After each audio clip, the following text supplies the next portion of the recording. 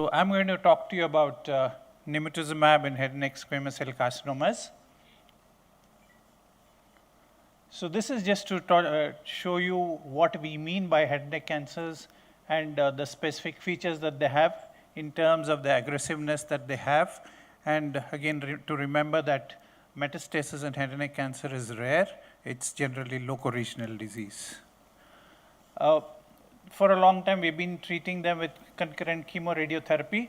Of course, we know that survival increases with increased local control, but we have also seen increased toxicity because of the chemotherapy and also the mucositis that is enhanced by radiotherapy. So people have tried to combine various chemotherapy agents with radiotherapy, and this is data from some of the studies. All these have definitely shown some survival advantage, but benefit has generally remained around 18 months, and therefore that highlights the need for looking at some targeted and novel agents to control this disease. So we've been looking at newer agents. One of the first things that have been studied was the EGFR receptor, and this is the timelines for this receptor. It was discovered and isolated in 1960s, and in early 2000, we had anti-EGFR agents in clinical development. Why is this important? Because if you look at the EGFR overexpression, this is a list of various tumor types that this overexpression is very evident. And if you see, it's almost 100% for head and neck cancers. And why is this important? Because the overexpression is a poor prognostic factor. Now, what does the EGFR do? And this is a generic EGFR signal transduction that you can see in cells, and in tumor cells, this is overactive. So this just shows you that once a ligand binds to a receptor, there's a dimerization, and the intercellular tyrosine kinase domain gets activated, which leads to downstream signaling. That acts on the nucleus and produces secondary messengers, and that leads to the advantage that the tumor cell has, which I've shown here in terms of proliferation, being resistant to the therapies that we offer them, having a survival advantage, producing angiogenesis, and metastasis. So this EGFR pathway is one of the most validated pathways today in oncology. And therefore, we trying to target this pathway. So the current standard of care, as I mentioned, chemoradiotherapy, there is some survival advantage, but not good enough. And therefore, research has led to the development in 2006 and approval of two targeted therapies, cetuximab and nimotuzumab at the same time. Now, this is a slide summarizing all the cetuximab studies that we have, and they tried looking at combining it with radiotherapy, with radiochemotherapy, but what came out was the toxicity of it when combined with chemotherapy and radiotherapy was high, and therefore it's no more approved for this particular combination with chemotherapy. However, it's approved as a single agent and in combination with radiotherapy. So this is about the molecule nimotuzumab. This is a picture from Cuba, and you must be wondering why I'm showing you this, because the scientist who actually has worked a lot on this is this person, Dr. Tanya, who is in Cuba, and she's been responsible for the development of this molecule. And this is a molecule, nimotuzumab, which is a humanized monoclonal antibody. And this is just to show you how we have developed from the murine monoclonal antibody to the human monoclonal antibody. And you must be wondering why I'm showing you Mysore. That's because it's become famous because of our Maharaja there. And this is the lady who got this molecule, and it's being manufactured here today in Bangalore by Dr. Kiran Majumdar. So she's responsible for getting this molecule across from Cuba to India, and we are reaping the benefits of this discovery. So this is nimotuzumab, and this is the structure for you. So when any new drug comes, we are always bothered about the side effects of these drugs, and efficacy comes in next. Unless you have a safe drug, there's no point in going ahead with treating your patients. So this is actually looking at all the EGFR blockers and their side effects. So we have panitumumab, cetuximab, nimotuzumab, and erlotinib. And if you see, one of the important side effects is the skin toxicity that is related to all these drugs. It's pretty high with nimotuzumab, cetuximab, panitumumab and cetuximab and erlotinib as well, but it's a single digit for nimetuzumab. And the other important side effect that one need to remember is the hypomagnesemia, which is important because many times with radiation we use cisplatinum. That itself can produce electrolyte disturbance, and if you add anything else that worsens it, then that is a problem for us. So if you look at nimetuzumab, there is no electrolyte disturbance with this molecule. So this was one of the first studies called BEST, which actually got the marketing approval and the DCGI approval for use. And this study was done across 3 centers in Karnataka, and the largest accrual was from Kidwai Memorial Institute of Oncology.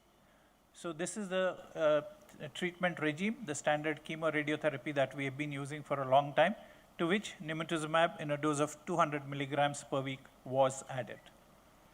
The study results for the radiotherapy arm, if you see here, the arm that got nimetuzumab plus radiotherapy, the response was 76.4%, whereas the arm that got radiation alone, it was 36.84%. So we've been always trying to bridge this gap that is there when we treat head and neck cancer patients, and probably this is a way that we can bridge it. So if you look at the data of chemoradiotherapy plus nimetuzumab, surprisingly, every patient who got this combination had a response, whereas for those patients who had only radiation and chemotherapy, it was 70%.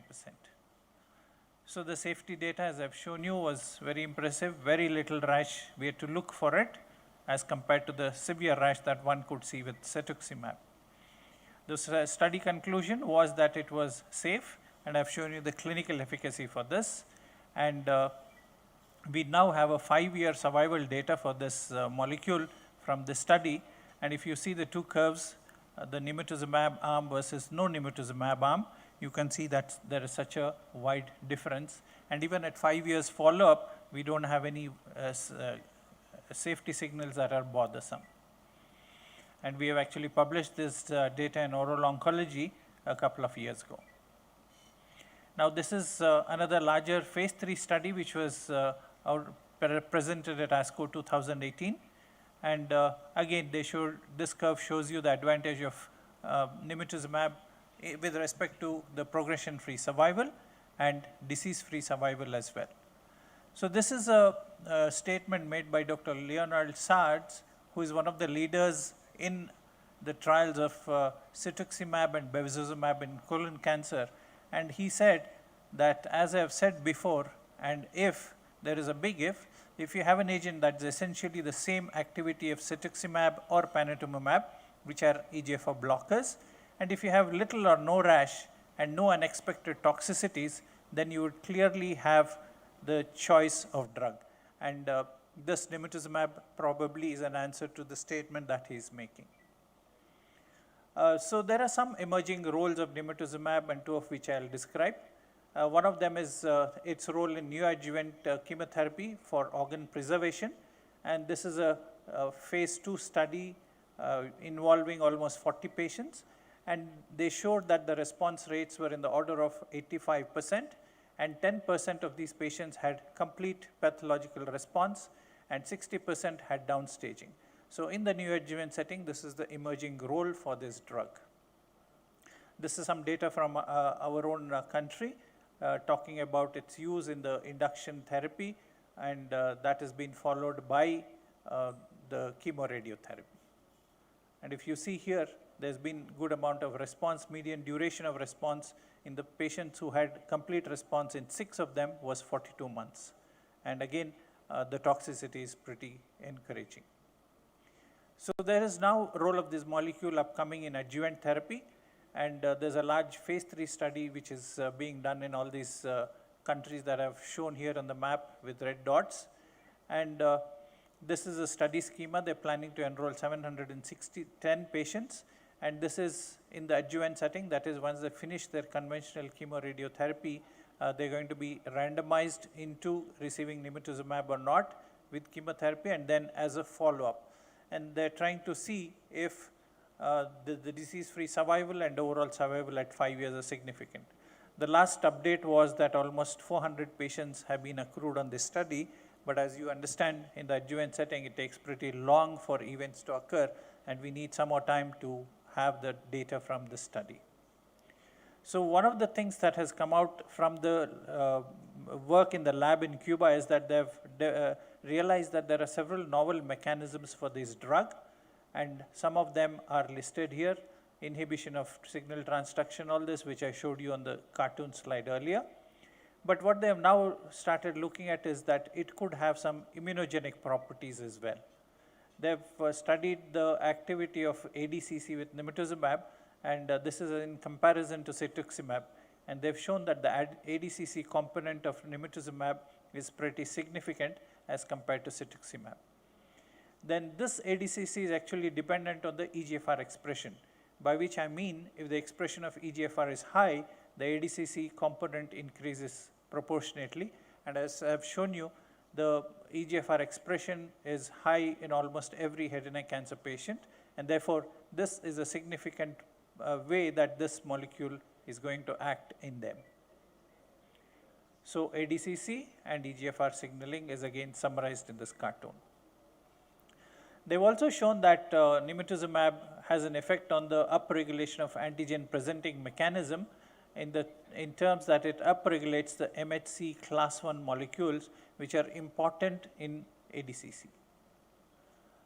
So this is again looking at if nimetuzumab produces immunogenic effects, and this is summarized here as to what exactly immunogenic effect does is that it makes the dendritic cell seem to be working better on the tumor cell when there is better ADCC. So this is again looking at some of the lab works showing you that it increases the cell surface exposure of the HLA class 1 molecule on these cells. So if the HLA class 1 molecules are overexpressed on the tumor cells, then the ADCC works better, leading to apoptosis of these cells. This is again the same thing, talking about increased HLA-1 class 1 antigens and the growth factor signaling that is seen.